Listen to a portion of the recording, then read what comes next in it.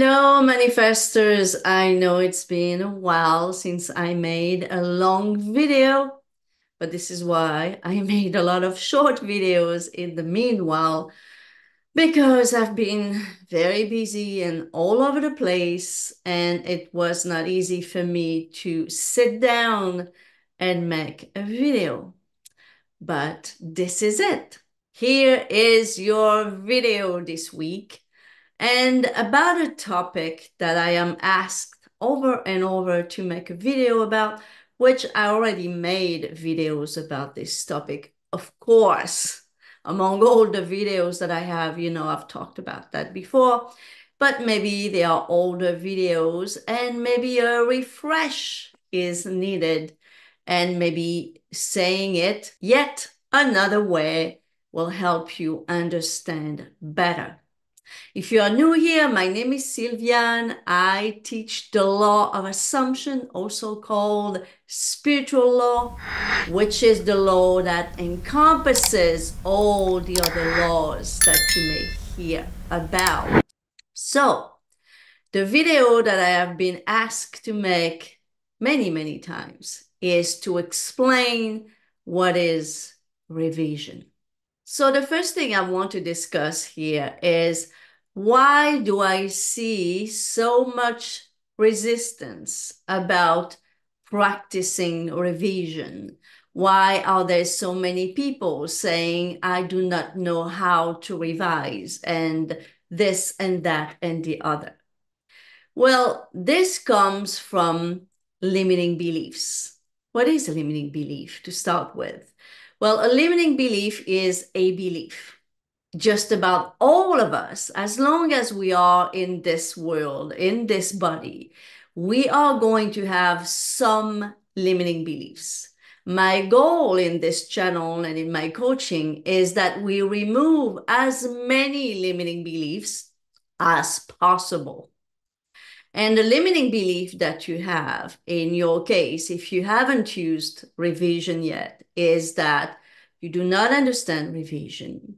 You are not sure it's going to help you. You are afraid to visit or revisit some past events that you do not want to go back to. You are afraid or wondering if revision is only going to help you to feel better, but not help you to change your past or your present, and so forth and so on. These, my friends, are limiting beliefs that are preventing you right now, from using revision. So first of all, and by the way, this past Tuesday, I've made a podcast about revision that is very similar to what I'm saying here, but also a little bit different. If you need to hear it again with different words and maybe some other ways that I explained why you should use revision in that podcast. So if you are someone who never brings back bad memories, never bothered by the negative past, negative events that you went through, who never feels like a victim because of some past negative events or patterns, then you don't need revision. But if you are someone always blaming the past, always blaming a pattern that you have, always bringing them back, always thinking about them, always talking about them to other people and to me, for example.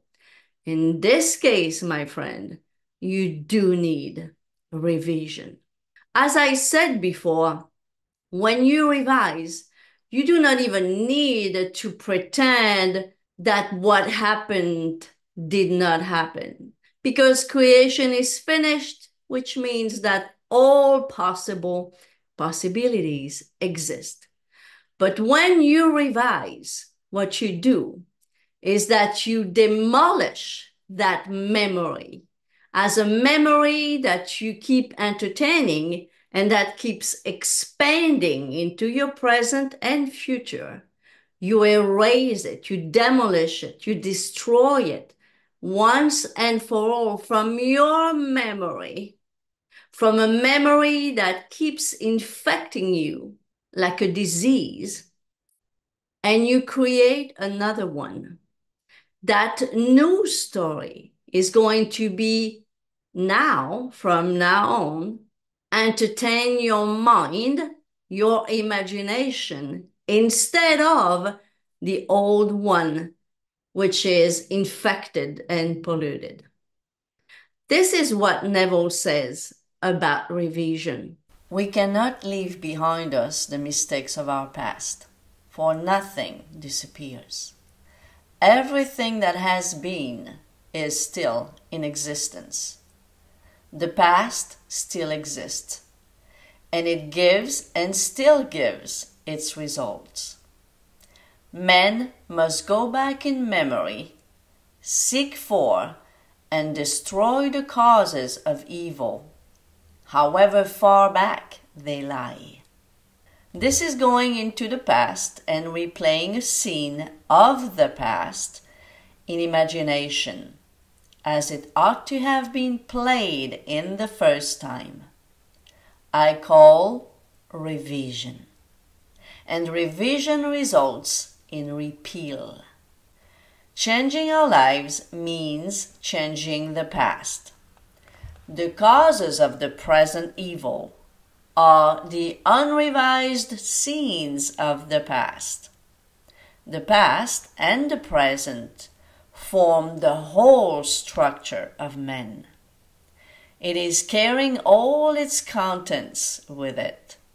Any alteration of content will result in an alteration in the present and future. Live nobly, so that mind can store a past well worthy of recall. Should you fail to do so, remember the first act of correction or cure is always a revise.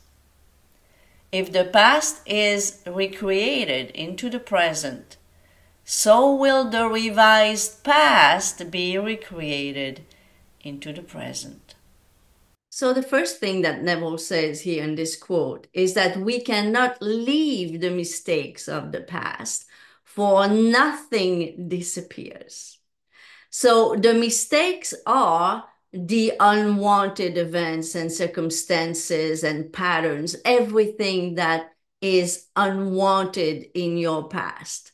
Those are what Neville calls here the mistakes. We should not just leave them, because unless you are able to completely cut them off, as I said, they will not disappear. Most likely for most people, those mistakes don't disappear. What do? Well, they reproduce and expand into our present and into our future. This is why we must revise them so we can cut them off for good. If we don't cut them off, they are going to bleed into the present and the future. As Neville says here, the past and the present form the whole structure of man. And why is that? Because there is no past, present, and future. There is only one now. So when you relive in your mind, in your imagination, which is God, which is powerful, you relive that negative, unwanted past now, because you can only relive it now in imagination, in your mind.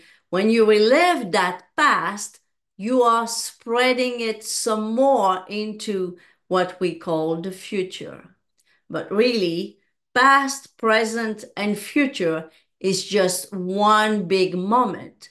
So when you relive in your mind a so-called past event, you are living it now, and then in the now, that's tomorrow. And in the now, that's the day after tomorrow.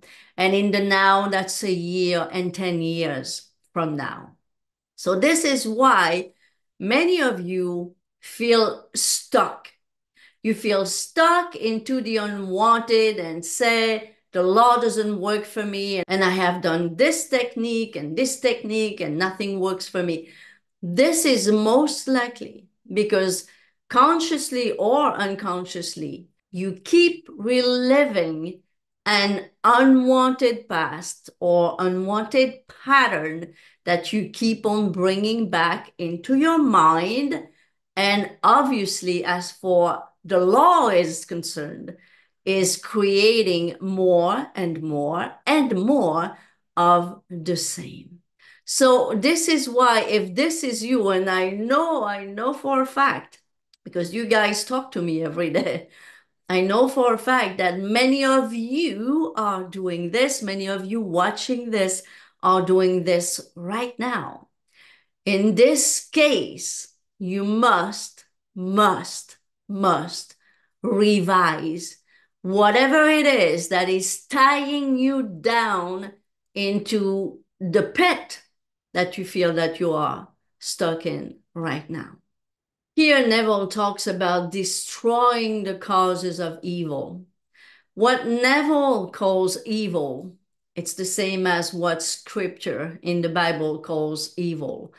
What the Bible and Neville and other spiritual teachers call evil is the unwanted, just the same as sin or sinning is missing the mark. So you could join them together. Sinning is missing the mark, meaning manifesting things that are unwanted. And those things that are unwanted are called evil. So that evil that Neville talks about here is your unwanted situation, your unwanted past, your unwanted thoughts, your unwanted memories, and your unwanted patterns. Everything and anything that you do no longer want. So here is telling us that the causes of the present evil, meaning the present unwanted things that we are going through, are caused because of some unrevised past scenes. So no matter what it is that is bothering you, for example, if you are someone who talks to me on a regular basis, but always brings back some past patterns, you always seem to bring them back. You bring them back and back and back again, always go back somehow, somewhere to those unwanted memories, unwanted patterns, and blame them. Blame them for being this poor you that you are right now. This is a sign, if there is any, that you need to revise that thing. And if you're saying you've revised it and you're still doing this, you haven't revised it. Revising is really deleting, scratching out, destroying the unwanted memory until it becomes very foggy at worst or completely gone at best. To the point that at least, even if your rational brain remembers, your inner man feels completely relieved, feels that that thing over there, it's so far removed from you, it does not affect you anymore. Once you feel that, that's when you know you have revised. So now, if you are someone having trouble revising something just using your mind, you could take a notebook, a brand new notebook that you could title My Master Revision Notebook. I call mine the Master Revision Notebook, and revise any specific event in written form. And if you are like me, I am very more precise and specific when I write than when I speak. So when I write my revision, I can be very, very detailed and specific. And then I don't even have to recall anything because the paper is recalling it for me. So all I have to do to imagine now, to put what's on paper into my being, into my imagination and feelings, I just have to read it over and over until it feels that is settled, that I have accepted that from now on, this is my memory and it has replaced the old one. So, if until now you have not revised your unwanted memories, and you know, if you are honest with yourself, you must know that.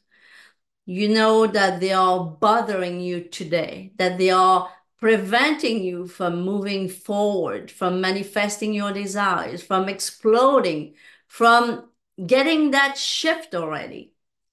Do revision. If you can revise just like that, like I also do revision sometimes just by imagining a different scene, do that. If you want to be more specific, or if you have a hard time using just your mind, do what I just said. Take a pen and paper and write down your detailed, revised scene. And then read it many, many, many times until it sinks in.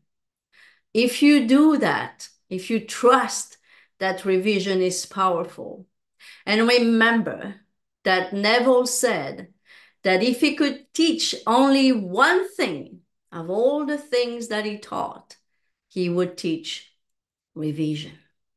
That tells a lot from a man who taught many different facets of this law and even the promise, which is above and beyond the law.